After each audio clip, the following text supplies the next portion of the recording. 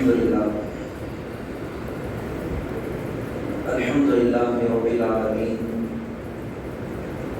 نحمده ونستعينه ونستغفره ونؤمن به ونتوكل عليه ونعوذ بالله من شرور أنفسنا ومن سيئات أعمالنا من يهده الله فلا مضل له ومن يضلله فلا هادي له ونشهد أن لا إله إلا الله وحده لا شريك له ونشهد أن محمدا عبده ورسوله أرسله ربه بالحق مبشرا ونذيرا وداعيا إلى الله بإذنه وسراجا منيرا أما بعد فيا أيها الناس قال الله تعالى في القرآن العظيم أعوذ بالله من الشيطان الرجيم بسم الله الرحمن الرحيم وآت ذا القربى حقه والمسكين وابن السبيل ولا تبذر تبذيرا وقال نبينا محمد صلى الله عليه وسلم من قتل معاهدا لم يرح رائحة الجنة أو كما قال صلى الله عليه وسلم எல்லா புகழும் அல்லாஹ் ஜல்ல ஷானஹு தஆலாவிற்கு உரித்தாக. கண்மணி நாயகம் முஹம்மது ரசூலுல்லாஹ் ஸல்லல்லாஹு அலைஹி வஸல்லம் அவர்களின் மீதும் அவர்களின் வாழ்க்கையை வலுவாது நடுவாது பின்பற்றிய உத்தம சத்திய சஹாபாக்கள், தாபிஈன்கள், தபஉ தாபிஈன்கள், உலகம் முழுக்க நிறைந்திருக்கிற இறைநேச செல்வர்கள், வருகை தந்திருக்கிற நம் அத்துணை பேர் மீதும் அளவற்ற அருளாளன் அல்லாஹ்வின் சாந்தியும் சமாதானமும் என்றென்றும் நின்று நடவட்டுமாக. அன்பு குறித்தான அல்லாஹ்வின் நல்லடியார்களே, நபிகள் பெருமானார் ஸல்லல்லாஹு அலைஹி வஸல்லம் சமூகத்திலே உள்ள சிறுபான்மை மக்கள், எளிய மக்கள், சாதாரண மக்கள், அவர்களிடத்திலே மிக நெருக்கமாக பழகுவார்கள். அவர்களிடத்திலே அரவணைப்போடு பழகுவார்கள்.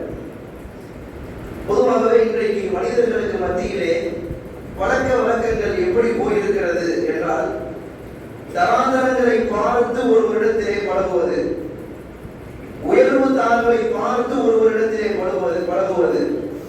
நம்முடைய மார்க்கத்தை பொறுத்தவரையிலே உயர்வு தாழ்வு என்பது இறையச்சத்தை கொண்டுதானே தவிர வேறு எதை கொண்டும் அல்ல. பொருளாதாரத்தை கொண்டு அல்ல, படித்த பட்டம் பதவிகளை கொண்டு அல்ல, பெரிய பெரிய டிகிரிகளை கொண்டு அல்ல, நம் உடுத்திருக்கிற ஆடைகளை கொண்டு அல்ல. அல்லாஹ் சொல்கிறான், இன்ன அக்ரமக்கும் இன்தல்லாஹி அத்காக்கும், உங்களில் இறையச்சம் உடையவரே ஆகச் சிறந்தவர், உயர்ந்தவர், சங்கையானவர் என்று அல்லாஹ் சொல்கிறான். அப்ப இன்னைக்கு நாம் ஒரு திருமணத்திற்கு அழைப்பதிலே கூட உயர்ந்தவர், தாழ்ந்தவர், இவர் சாதாரணவர், இவர் சமூகத்தில் ரொம்ப மதிப்புள்ளவர் என்றெல்லாம் பார்க்கிறோம். சஹாபாக்கள் அழகாக சொல்லுவார்கள், விருந்துக்கு அழைத்தால் வரக்கூடியவர்களை விட்டு விடுகிறீர்கள். நீங்கள் விருந்துக்கு அழைத்தால் வரக்கூடியவர்களை விட்டு விடுகிறீர்கள், வராதவர்களை அழைக்கிறீர்கள். சஹாபாக்கள் சொல்லுவாங்க. இது உண்மையிலே இன்றைக்கு யதார்த்தத்திலே உள்ளது.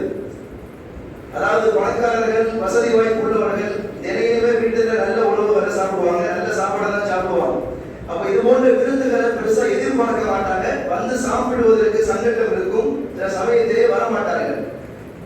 இவர்களுக்கு நீங்கள் அழைப்பு கொடுக்கிறீர்கள், ஆனால் விருந்துக்கு அழைத்தால் உடனடியாக வரக்கூடிய ஏழைகளை, எளிய மக்களை விட்டு விடுகிறீர்கள் என்று சஹாபாக்கள் சொல்வார்கள். யதார்த்தமும் அதுதான்.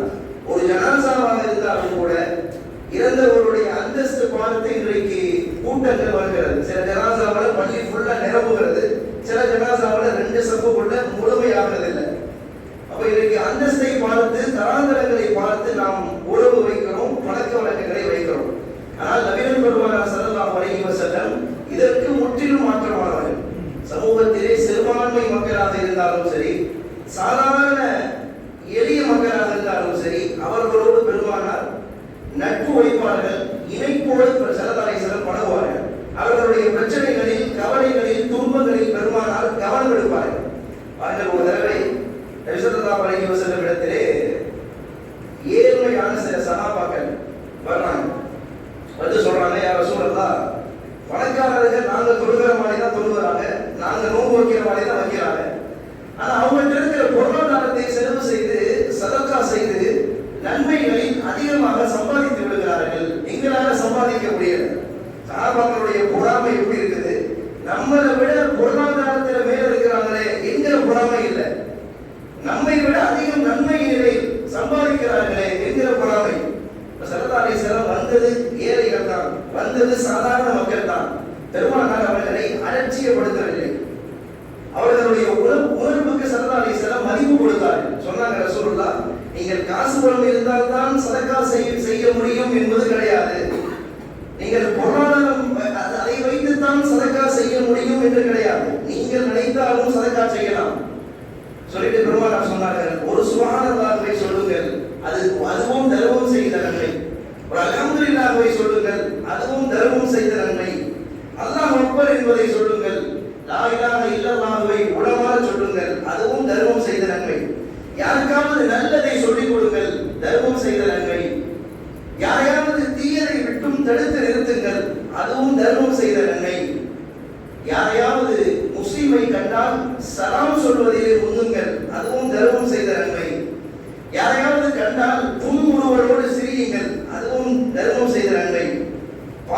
பாதையில் கிடைக்கிற அந்த முட்களை அப்புறப்படுத்தி போடுங்கள், இடையூறு தரக்கூடியவர்களை அப்புறப்படுத்தி போடுங்கள், தர்மம் செய்த நன்மை. ஏன்? நீங்கள் திருமணம் செய்த உங்கள் மனைவியரிடத்திலே நீங்கள் இல்லறத்தில் ஈடுபடுவதும் தாம்பத்திய உறவிலே ஈடுபடுவதும் தர்மம் செய்த நன்மை என்று நபிகளார் சதக்காவின் வழிகளை விரித்து சொன்னார்கள். ஏழ்மை சகாபாக்களே, இங்கே நாம் கவனிக்க வேண்டிய செய்தி, வந்தவர்கள் லேசானவர்கள் தான், சாதாரணமானவர்கள் தான். பொதுவாக ரொம்ப சாதாரண ஒரு ஆள் வந்து நம்மகிட்ட ஏதாவது கேட்கிறாரு, பேசுறாருன்னா கையிலேயே பதில் பேசிட்டு போயிடுவோம். முடிஞ்சு. பெருமானாருடைய குணம் அது கிடையாது. ஏழ்மையானவர்கள், சாதாரணமானவர்கள், சிறுபான்மையாக இருக்கக்கூடியவர்கள் யார் வந்தாலும் பெருமானார் முக்கியமாக கவனம் செலுத்துவார்கள். அவர்களுக்கு கொடுக்க வேண்டிய உரிமைகளை பெருமானார் கொடுப்பார்கள். நபி ஸல்லல்லாஹு அலைஹி வஸல்லம் மதீனாவுக்கு ஹிஜ்ரத்து போறதுக்கு முன்னாடி ஆரம்ப காலத்துல தொல்லைகள் அதிகமாக இருந்தது. மக்காவில் தங்க முடியாத ஒரு நிலை. சில சஹாபிகளை மட்டும் பெருமானார் அபிசீனியா நாட்டுக்கு அனுப்பிச்சு வச்சாங்க. வரலாறு தெரியும். இஸ்லாத்தினுடைய முதல் ஹிஜ்ரத்தே அதுதான். அபிசீனியா நாட்டுக்கு போனாங்க சில சஹாபாக்கள். அங்க போங்க, அங்க நஜ்ஜாசி மன்னர் உங்களுக்கு நல்ல அரவணைப்பு கொடுப்பார், அவர் நீதமானவர், நேர்மையானவர், அணிந்த செய்ய மாட்டார், போங்க அனுப்பிச்சு வச்சாங்க. அப்ப சில சஹாபாக்கள் போனாங்க. அதே மாதிரி அந்த மன்னர் எவ்வளவு நாள் வேணாலும் இங்க தங்க அனுமதி கொடுத்துட்டார். இப்ப அங்க சில சஹாபாக்கள் இருக்கிற போது கொஞ்ச நாள் கழிந்த பிறகு பெருமானார் மக்காவை விட்டு மதீனாவுக்கு ஹிஜ்ரத்து போயிட்டாங்க. இந்த செய்தி அபிசீனியாவில் இருக்கிற சஹாபாக்களுக்கு கிடைக்குது. ரசூலுல்லாஹ்வே மதீனாவுக்கு போயிட்டாங்களே, நம்ம அங்க போயிடலாம், இவரை இங்க இருக்கு, நம்ம இருக்கணும், மதீனாவுக்கு போயிட்டாலும் அங்கே நம்ம நிம்மதியா இருக்கலாமே என்று சொல்லி மதீனாவுக்கு வந்துட்டாங்க. வந்த அபிசீனியாவிலிருந்து வந்த சஹாபாக்கள்ல பெருமானார் கேட்கிறார்கள், தோழர்களே, அந்த நாட்டிலே நீங்கள் கண்ட வினோதமான காட்சி ஏதாவது இருக்குதா? ஏதாவது வினோதமான காட்சியை பார்த்தீங்களா? பொதுவாக வெளிநாடுக்கு இந்த ஹஜ் உம்ராவுக்கு போயிட்டு வந்தவங்ககிட்ட எப்படிலாம் இருந்துச்சு, அங்க நடந்த கதைகளை சொல்லுவாங்க. இப்போ பெருமானார் அப்படி கேட்கிறப்ப சொன்னாங்க சஹாபாக்கள், யார சொல்லலாம், அந்த நாட்டில் ஒரு காட்சியை நாங்கள் பார்த்தோம்.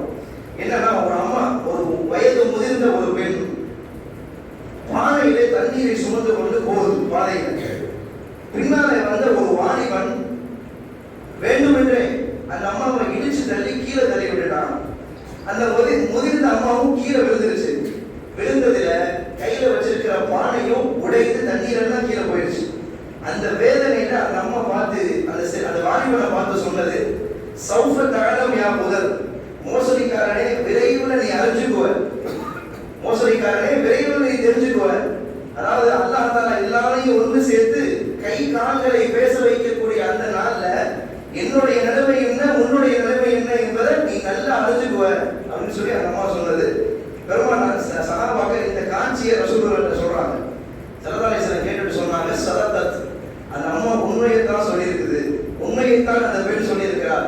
ஒரு சமூகத்திலே சிறுபான்மை மக்களுக்கு, எளிய மக்களுக்கு இழைக்கப்படுகிற அந்த சோதனைகளை பார்த்து எந்த சமூகம் வேடிக்கை பார்க்கிறதோ அந்த சமூகத்தை அல்லாஹ் உயர்த்தவும் மாட்டார்,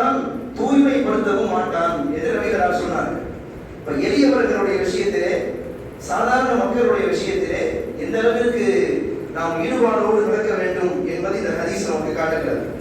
அதே போல பாருங்கள், இன்னைக்கு நம்ம வீட்டில் சமூகத்தில் விடுங்க, நம்ம வீட்டிலேயே சில எளிய மக்களை வேலைக்கு வச்சிருக்கோம், வீட்டு வேலை பார்க்கறது. ஏன்னா இந்த காலத்துல பெண்கள் எல்லா வேலையும் பார்க்கறது கிடையாது. வீட்டுக்கு வேலைக்கு ஆள் போடுறோம். அந்த வேலை ஆட்களை எப்படி நடத்துகிறோம்? எவ்வளவு வீடுகள்ல மிக கேவலமாக ஏசப்படுகிறது. எல்லாரும் அதாவது 10 மாசத்துல ஃபுல்லா வேலை பார்த்தா ஒரு 10,000 8,000 தருவாங்க. ஒரு அல்ப காசுக்காகத்தான் வேலை பார்க்கிறார்கள். அந்த வேலை ஆட்களை நல்ல முறையில் நடத்துபவர்கள் இருக்கிறார்கள், குறை சொல்லவில்லை. ஆனால் மிக மோசமாக நடத்தக்கூடியவர்கள் பெரும்பாலானோர். அந்த வீட்டு சின்ன சின்ன பிள்ளைகள் கூட அவங்களை மதிக்கிறது கிடையாது. என்னமோ மாட்டை நடத்துற மாதிரி நடத்துறது. எளிமையானவர்கள் என்பதற்காக வாய்க்கு வந்ததெல்லாம் பேசலாம் என்று நினைக்கிறேன். அதாவது ஒரு ஹதீஸ்ல வருது, அல்லாஹ் தஆலா நமக்கு உதவி செய்யறது யாரை வைத்து? யார் வச்சாலும் நமக்கு உதவி செய்யறான். அல்லாஹ்வுடைய உதவி நமக்கு கிடைப்பது சமூகத்தில் இருக்கிற எளிமையானவர்கள், சாதாரண மக்கள், அவர்களுடைய துஆ, அவர்களுடைய தொழுகை, அதை வைத்துத்தான் நமக்கு உதவி கிடைக்கிறது. பெருமானார் ஹதீஸ்ல சொன்னாங்க, இன்னமா துன்சரூன வ துர்ஸகூன, நீங்கள் உதவி செய்யப்படுவதெல்லாம், ரிஸ்க் அளிக்கப்படுவதெல்லாம் பி துஆஃபாயிக்கும், உங்களில் பலவீனமானவர்களை கொண்டுதான் என்று நபிகளார் சொன்னார்கள். அப்போ வீட்டை வேலை பார்க்கிறாங்க என்பதற்காக அது சம்பளத்துக்கான வேலை. சம்பளம் கொடுக்கிறோம் என்பதற்காக வந்ததெல்லாம் பேசலாம். அவர்களுக்கு கொடுக்க வேண்டிய மரியாதை என்பது அவர்களுடைய உரிமை. அதை இன்றைக்கு நிறைய வீடுகள்ல அந்த உரிமையை கொடுப்பது கிடையாது. நபி ஸல்லல்லாஹு அலைஹி வஸல்லம் மதீனாவுக்கு வந்த பிறகு எல்லா சஹாபாக்களும், அன்சாரி ஆண்களும் சரி பெண்களும் சரி, ஒவ்வொருத்தரும் பெருமானாருக்கு கிஃப்ட் பண்ணாங்க. பெருமானாரை வரவேற்று அன்பளிப்பு ஏதாவது ஒரு கொடுத்தாங்க. ஒவ்வொருத்தரும் யாரும் சொல்ல என்னுடைய அன்பளிப்பு வச்சுக்கோங்க, பிரியமான முறையில் எல்லாரும் கொடுத்தாங்க. ஆனா மதீனாவில் உம்மு சுலைம் ரலியல்லாஹு அன்ஹா, அவங்க ஒரு விதவை பெண், கணவனை இழந்த பெண், கொஞ்சம் ஏழ்மையான பெண். அவங்களுக்கு ஒரு 8-9 வயசுல ஒரு பையன், அவங்க பேர் அனஸ் ரலியல்லாஹு பேரு. எல்லாரும் கிஃப்ட் கொடுத்து அன்பளிப்பு கொடுத்து எல்லாரும் பெருமானார்ட்ட சிரிச்சு பேசினாங்க. இந்த அம்மா போய் சந்திக்கிறான்னு பார்த்தா கொடுக்கறதுக்கு எதுவும் இல்லை. அப்ப எல்லாரும் கொடுத்து முடிச்ச பிறகு ரசூலுல்லாஹ்ட்ட போய் உம்மு சுலைம் ரலியல்லாஹு பெருமானார்ட்ட சொல்றாங்க, யா ரசூலல்லாஹ், இன்ன ரிஜாலல் அன்சாரி வ நிசாஇஹா, இந்த மதீனாவுல ஆண்கள் பெண்கள் எல்லாரும் உங்களுக்கு அதிகமா கொடுத்திருக்காங்க, எல்லாரும் உங்களுக்கு அன்பளிப்பு செஞ்சிருக்காங்க. தைரி என்ன தவிர இன்னிலம் அஜித், என்ற கொடுக்கிறதுக்கு எதுவுமே இல்லை இந்த என்னுடைய பையனை தவிர. பையனை கூட கூப்பிட்டு இந்த அரசை தவிர கொடுக்கிறதுக்கு வேற எதுவுமே இல்லை. அதனால இந்த பையனை நீங்க கூட வச்சுக்கோங்க, என்ன வேலை வாங்குவானாலும் இந்த பையனை நீங்க வாங்கலாம், உங்க பயன்பாட்டுக்கு இவன் அப்படியே நீங்க வச்சுக்கணும்னு சொல்லி ஒப்படைத்துட்டு போயிட்டாங்க. அனஸ் ரலியல்லாஹு அன்ஹு இந்த சின்ன பையன் பின்னால் காலத்தில் சொல்கிறார்கள், அனஸ் ரலியல்லாஹு, என்னுடைய தாயார் விட்டு போன அன்றைய நாளில் இருந்து 10 வருஷம் ரசூலுல்லாஹ்ட்ட நான் வேலை பார்த்தேன். வீட்டு வேலைக்கார மாதிரி 10 வருஷங்கள் நான் ஹாதிமாக இருந்தேன் பெருமானாருக்கு. ஃபலம் யத்ரிபுனி தர்பத்தன், 10 வருஷத்துல ஒரு தடவை கூட லேசா அப்படி அடிச்சது கூட எனக்கு கிடையாது, லேசாக என்னை திட்டியது கிடையாது, லேசாக முகத்தை கடுப்பாக கூட பெருமானார் வைத்தது கிடையாது. அனஸ் ரலியல்லாஹு சொல்ற வார்த்தை. இப்போ இன்னைக்கு நம்முடைய பணியாளர்கள்ட்ட நம்ம அப்படி நடக்கிறோமா? இன்னைக்கு மனித நேயம் அற்ற நிலையில தான் பணியாளர்களை நடத்துறோம். சில கடைகள்ல பணியாளர்கள் வேலைக்கு இருப்பாங்க, வேலை பார்க்கிறவங்க, கஸ்டமர் வந்தாலும் வரலனாலும் ஃபுல்லா நிக்கத்தான் செய்யணும். இப்படி சில இடங்கள்ல ஒரு சட்டம் உண்டு. காலையில 10 மணிக்கு கடை திறந்துட்டா இரவுல 10 மணிக்கு கடையை மூடுறது வரைக்கும் யார் வராங்களோ இல்லையோ, வியாபாரம் ஓடுதோ இல்லையோ, சேர போடக்கூடாது. காலையில இருந்து ஃபுல்லா நிக்கணும். ஏன் இந்த மாதிரியான கல்லஞ்சம்? நபி ஸல்லல்லாஹு அலைஹி வஸல்லம் அப்படி இல்லையே. அனஸ் ரலியல்லாஹு 10 வருஷம் வேலை பார்த்து கூட ஒரு லேசான முகத்தை கடுப்பாக கூட வைத்ததில்லை என்று அனஸ் ரலியல்லாஹு அன்ஹு சொல்வதை பார்க்கிறோம். அப்ப இப்படி சாதாரண மக்களுக்கு ஸல்லல்லாஹு அலைஹி வஸல்லம் மிக அன்போடு அரவணைப்போடு அந்யூன்யமாக நடந்திருக்கிறார்கள். பாருங்கள், பள்ளிவாசல்ல பெருமானார் தான் இமாம். ரசூலுல்லாஹ் இமாம் என்பதனால முஸல்லால நின்று தொழுக வச்சமா போனோமா அப்படின்னு இல்லை. பெருமானார் பள்ளிவாசலுக்கு யார் வந்தாலும் கவனிப்பாங்க, எல்லாரையும் பெருமானார் கவனிப்பாங்க. அதாவது சொல்ல போனா யார் வந்திருக்கா, இந்த வக்துக்கு யார் வரல, யார் இந்த வக்துக்கு வராம வீட்டில் இருக்கிறா, எல்லாத்தையும் சொல்ல கரெக்டா சொல்லுவாங்க. யார் வரலையோ பெருமானார் போய் விசாரிப்பாங்க. அந்த அளவுக்கு ரசூலுல்லாஹ் யார் வந்தாலும் கவனிப்பு உண்டு. சில பள்ளிவாசலுக்கு ஏழ்மையானவர்கள் வந்துட்டா பள்ளிவாசல்ல இருந்து அவர்களுக்கு என்ன உரிமை கிடைக்கும் அந்த உரிமையை பெருமானார் வாங்கி தருவார். பாருங்க, குத்துபா ஆரம்பிக்க போகுது, ஸல்லல்லாஹு அலைஹி வஸல்லம் மெம்பர்ல ஏற போறாங்க. அந்த சமயம் பார்த்து ஒருவர் பள்ளிவாசலுக்குள்ளே டப்புன்னு உட்கார்ந்துட்டார். ஸல்லல்லாஹு அலைஹி வஸல்லம் திரும்பி அவரை பார்க்கறாங்க. பார்த்தா அவருடைய கோலம் ரொம்ப ஏழ்மையான கோலம், அனகோலமாக ரொம்ப ஒண்ணுமே இல்லாத மாதிரி ஒரு கோலத்தில் உட்கார்ந்துருக்கிறார். அவரை பார்த்ததுமே ரசூலுல்லாஹ்வுக்கு உள்ளம் இறங்கி போயிடுச்சு. இப்படியுமா நம்முடைய சமூகத்துல ஏழைகள் இருக்கிறார், இவ்வளவு கஷ்டப்படுறவங்க இருக்கிறாரா அப்படின்னு போயிட்டு ஸல்லல்லாஹு அலைஹி வஸல்லம் அவர்கிட்ட போயிட்டு எந்திரிச்சு 2 ரக்காயத்து தொழுகுமான்னு சொன்னாங்க. பொதுவாக ஹனஃபி மதுஹபுடைய சட்டம் என்னன்னா, ஜும்மாவுக்கு குத்துபால இமாம் ஏறிட்டாலே யாரும் அதுக்கு தொழுகக்கூடாது, சுன்னத்தோ நஃபிலோ உட்கார்ந்துடணும். ஏன்னா குத்துபாவை தான் செவி சாய்க்கணும். இந்த நேரத்தில் இடைப்பட்ட செய்தியாக ஒரு விஷயம் நம்முடைய பள்ளியில அதாவது தவறாக நினைக்க கூடாது, சொல்ல வேண்டிய கடமை இமாமுக்கு இருக்குது. எல்லா வாரங்களும் குத்துபா போகும்போது அங்கே ஒரு கூட்டம் இருக்கிறது. குத்துபாவினுடைய பலன் கிடைக்காமல் போயிடும். ஏன்னா குத்துபா என்பது 2 ரக்காயத்துக்கு சமம். இது நிறைய தடவை சொல்லியாச்சு. 2 ரக்காயத்துக்கு சமமானதுதான் குத்துபா என்பது. ஆனா நிறைய பேர் அங்க நிக்கிறது அல்லாஹ் தஆலா அவரை மாத்தணும். நிறைய தடவை சொல்லியாச்சு. உள்ள அந்த ஞானத்துல உட்காரணும் குத்துபால, அதுதான் சுன்னத்து. அப்ப இவர் வந்ததுமே ஸல்லல்லாஹு அலைஹி வஸல்லம் பார்க்கறாங்க, 2 ரக்காய் செஞ்சு தொழுவான்னு சொன்னாங்க. ஏன் ரசூலுல்லாஹ் தொழுவ சொன்னாங்கன்னா, எல்லாரும் உட்கார்ந்து இருக்கிற பள்ளிவாசல்ல ஒருத்தர் மட்டும் எழுந்திருச்சு தொழுதா எல்லாருடைய கவனமும் அவர் பக்கம் போகும். எல்லாரும் அவரை பார்ப்பாங்களா இல்லையா? ஸல்லல்லாஹு அலைஹி வஸல்லம் அவரை தொழுக சொல்லி எல்லாத்தையும் அவரை பார்க்க வச்சாங்க. அவர் எவ்வளவு ஏழ்மையா இருக்கிறாரு, ஒரு ட்ரெஸ் எல்லாம் பாருங்கன்னு சொல்லி எல்லா மக்களையும் அவரை பார்க்க வச்சாங்க. அவர் தொழுது முடிச்ச பிறகு பெருமானார் குத்துபாவை முடித்த பிறகு சொன்னாங்க, வந்திருக்கிறவருக்கு ஏதாவது சதக்கா செய்யுங்கள். சொன்ன உடனே எல்லா மக்களும் அவருக்கு சதக்காவை செய்து அவரை அனுப்பி வைத்தார்கள். எதற்கு சொல்ல வரோம்? ரசூலுல்லாஹ்க்கு என்ன அவசியம்? அவரை பார்க்கணும், அவரை பேசணும், அவரோட முக்கியத்துவம் கொடுக்கணும். யார் வந்தாலும் ஸல்லல்லாஹு அலைஹி வஸல்லம் ஒரு ஏழை பள்ளிவாசலுக்கு வந்தாலும் அவருக்கான உரிமையை மிகச்சரியாக பெருமானார் கொடுத்தார்கள். பாருங்க, சஹாபாக்கள்ல துல் பிஜாதை அப்படின்னு ஒரு சஹாபி, பெருமானார் அதை எப்படியெல்லாம் உரிமைகளை கொடுக்கிறார்கள் என்பதற்கு தான் நான் சொல்ல வருகிறேன். துல் பிஜாதை, அதாவது மக்காவில இருந்து எல்லாத்தையும் புடுங்கிட்டு விரட்டி விட்டுட்டாங்க. அவர் ஒரே ஒரு போர்வையோட மதீனாவுக்கு வர்றாரு. ரசூலுல்லாஹ்க்கு முன்னாடி பெருமானார் போர்வையை வாங்கி 2ஆ கிழிச்சு, ஒன்ன கீழாடையா ஒன்ன மேலாடையா ஒன்றிக்க கொடுத்துட்டாங்க. இந்த இஹ்ராம் துணி உடுத்துற மாதிரி கீழாடையா மேலாடையா அவ்வளவு ஒண்ணுமே இல்லாம அந்த சஹாபி துல்பிஜாதை தபூக்கு யுத்தத்துல போய் வஃபாத் ஆயிட்டார். எதிரியா தாக்கப்பட்டு ஷஹீத் ஆயிட்டார். ஸல்லல்லாஹு அலைஹி வஸல்லம் கபர்ல இறங்கி என் தோழரை என் கையில கொடுங்கன்னு வாங்கி பெருமானார் அவரை கபர்ல வைக்கிறாங்க. வச்சு துவா செஞ்சாங்க. இப்னு மஸ்ஊத் ரலியல்லாஹு சொல்றாங்க, இவர் மீது பெருமானார் இவ்வளவு அக்கறை செலுத்துகிறார்களே, இந்த கபர்ல இருக்கிற மையம் தான் நான் இருக்க கூடாதா அப்படின்னு இப்னு மஸ்ஊத் ரலியல்லாஹு ஆசைப்பட்டாங்க. ஸல்லல்லாஹு அலைஹி வஸல்லத்துக்கு இங்க என்ன அவசியம் இருக்குது? பெருமானாருக்காக வேண்டி மக்காவில இருந்து எல்லாத்தையும் தூக்கி போட்டு வந்தாரே, அவருக்கு கொடுக்க வேண்டிய உரிமை ஸல்லல்லாஹு அலைஹி வஸல்லம் கொடுத்தாரு. அதே போல பார்த்தோம் சொன்னா, பொதுவாகவே இஸ்லாமிய ஆட்சிக்கு உட்பட்ட பகுதியில் அந்த காலத்துல ஒரு சட்டம் இருந்துச்சு. என்ன சட்டம்? வெளியூர்ல இருந்து வரக்கூடிய காஃபிர்கள் இஸ்லாமிய நாட்டில் தங்கி அங்க வாழணும், அங்க வியாபாரம் செய்யணும்னு சொன்னா வருஷத்துக்கு ஒரு தடவை வரி செலுத்தணும். அப்படி வரி செலுத்தி அந்த இஸ்லாமிய நாட்டில் வாழக்கூடியவர்களுக்கு திம்மி காஃபிர் அப்படின்னு பேர். இப்படி திம்மி காஃபிர்கள் சம்பந்தப்பட்ட ஹதீஸ் நிறைய வருது. என்னன்னா, பெருமானாருடைய கவர்மெண்ட், ரசூலுல்லாஹ் தான் ஆட்சியாளர்.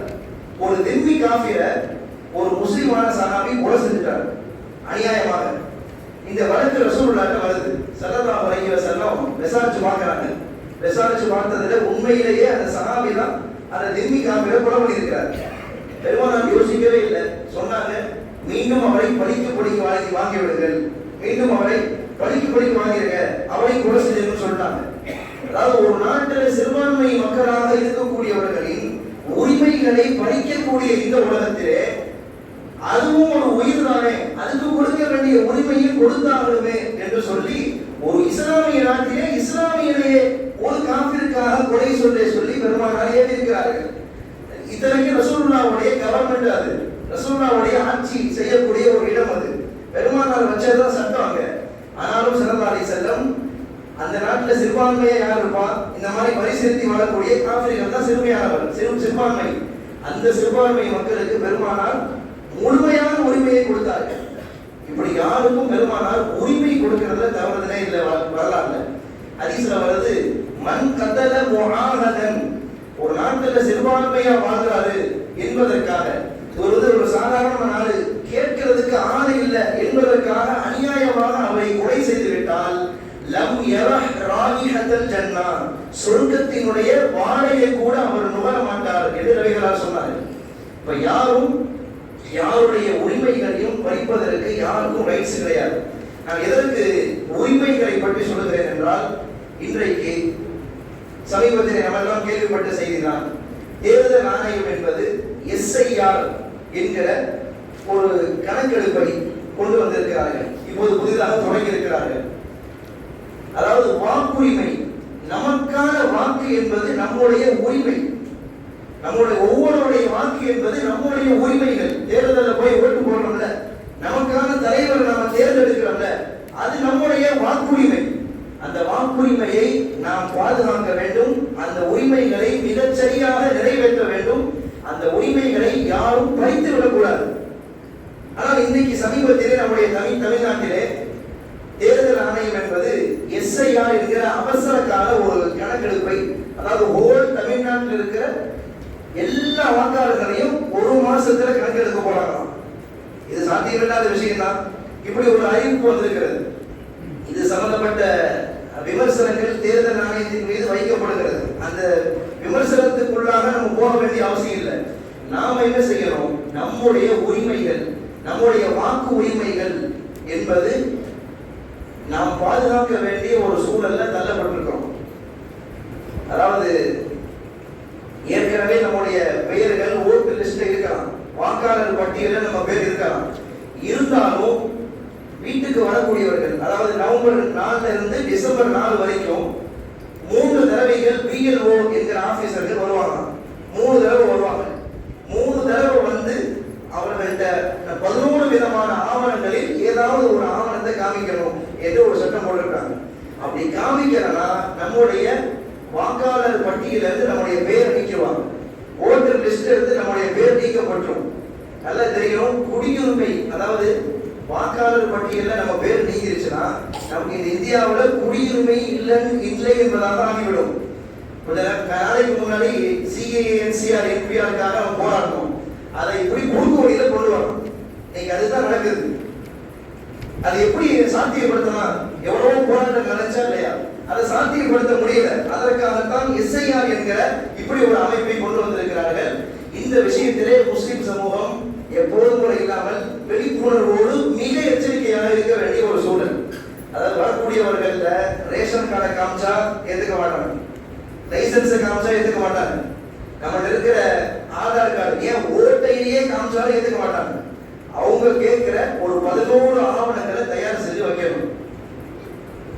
11 ஆவணங்கள், அதாவது பர்த் சர்டிபிகேட், என்னென்னமோ இருக்கு, பிறந்த சான்றிதழ், school TC, college TC, mark sheet, எல்லாமே பாஸ்போர்ட் முதற்கொண்டு எல்லாம் பெயரும் அட்ரஸும் ஸ்பெல்லிங் மிஸ்டேக் இல்லாம, ரொம்ப தவறுதல் இல்லாமல் மிகச்சரியாக தயார் செய்து வைக்க வேண்டிய ஒரு சூழல்ல நாம் இருக்கிறோம். இதுல யாரும் பொதுபோக்காக விழிப்புணர்வு இல்லாமல் இருந்து விடக்கூடாது. இருந்து விட்டால் நம்முடைய வாக்குரிமையை நாம் இழந்து விடுவோம். நம்முடைய வாக்குரிமை நம்மை விட்டு போய்விடும். போயிட்டா குடியுரிமை போனது மாதிரி இல்லையா? மிகப்பெரிய ஒரு விழிப்புணர்வு இருக்க வேண்டிய ஒரு சூழலே நாம் இருக்கிறோம். பாருங்க, பீகார்ல எல்லாம் தெரியும், செய்தி பார்த்திருப்போம். இந்த SIR இதே ஒரு அமைப்பு கொண்டு வந்து பல லட்சம் நபர்களுடைய வாக்குரிமையை பறிச்சிட்டாங்க. கிட்டத்தட்ட 68.5 லட்சம் நபர்களுடைய வாக்குரிமை பறிக்கப்பட்டு விட்டது. இத்தனை வருஷமா இவங்க ஓட்டு போட்டவங்க, வாக்காளர் லிஸ்ட் அவங்க பேர்லாம் உண்டு. ஆனா இந்த சில டாக்குமெண்ட்ஸ் இல்லாதனால, அந்த படிவத்தை நிரப்பி கொடுக்காதனால அவர்களுடைய வாக்குரிமைகளை பறித்து விட்டார்கள். லட்சக்கணக்கான வாக்குரிமை. அப்ப அதே நிலைதான் இன்றைக்கு தமிழ்நாட்டிலேயும் வரப்போகிறது. ஜமாத்துல் உலமாவும் இது சம்பந்தப்பட்ட செய்திகளை மக்களுக்கு சொல்லி விழிப்புணர்வு பண்ணுங்கன்னு சொல்லி நிறைய நோட்டீஸ் எல்லாம் போட்டிருக்கிறாங்க. அதே மாதிரி இன்னும் சொல்ல போனா, நவம்பர் 4 இருந்து டிசம்பர் 4 இந்த ஒரு மாசத்துக்குள்ள தமிழ்நாட்டில் இருக்கிற 6-7 கோடி மக்களையும் இது பார்க்க போறாங்க. இதுக்கு சாத்தியம் கிடையாது. இது எப்படி சாத்தியம்னு தெரியல. ஆனால் 3 தடவை வருவாங்க. ஃபர்ஸ்ட் ஒரு தடவை வர்றப்போ வீட்டுல இல்ல, வீட்டுல அந்த வாக்காளர் இல்ல. 2வது தடவை வரும்போது இல்ல. 3வது தடவை வீட்டுக்கு வரும்போது இல்லைன்னா நம்முடைய பெயர் வாக்காளர் பட்டியலிருந்து நீக்கப்பட்டு விடும். இப்படி பல்வேறு சிக்கல்கள் இதில் இருக்கிறது. ஆகவே இந்த விஷயத்திலே முஸ்லிம் சமூகம் தெரியாதவர்களுக்கு சொல்லுங்கள், புரியாதவர்கள் படிக்காதவர்கள் இந்த விஷயத்தை ரொம்ப பொதுவாக இருப்பாங்க. அவங்களுக்குலாம் இதை சொல்லி இதனுடைய முக்கியத்துவத்தை சொல்லி எல்லா ஆவணங்களையும் தயார் செய்து வைக்க வேண்டும். நமக்கான உரிமை என்பது, வாக்குரிமை என்பது நம்முடைய உரிமைகள். அந்த உரிமைகளை பாதுகாக்க வேண்டும். யாரையும் பறிக்க விட்டு விடக்கூடாது. எல்லா ரப்பல் நம்முடைய உரிமைகளை, முஸ்லிம்களுடைய உரிமைகளை அல்லாஹ் பாதுகாப்பானாக. வாஹிரு தஅவானா அல்ஹம்துலில்லாஹி ரப்பில் ஆலமீன்.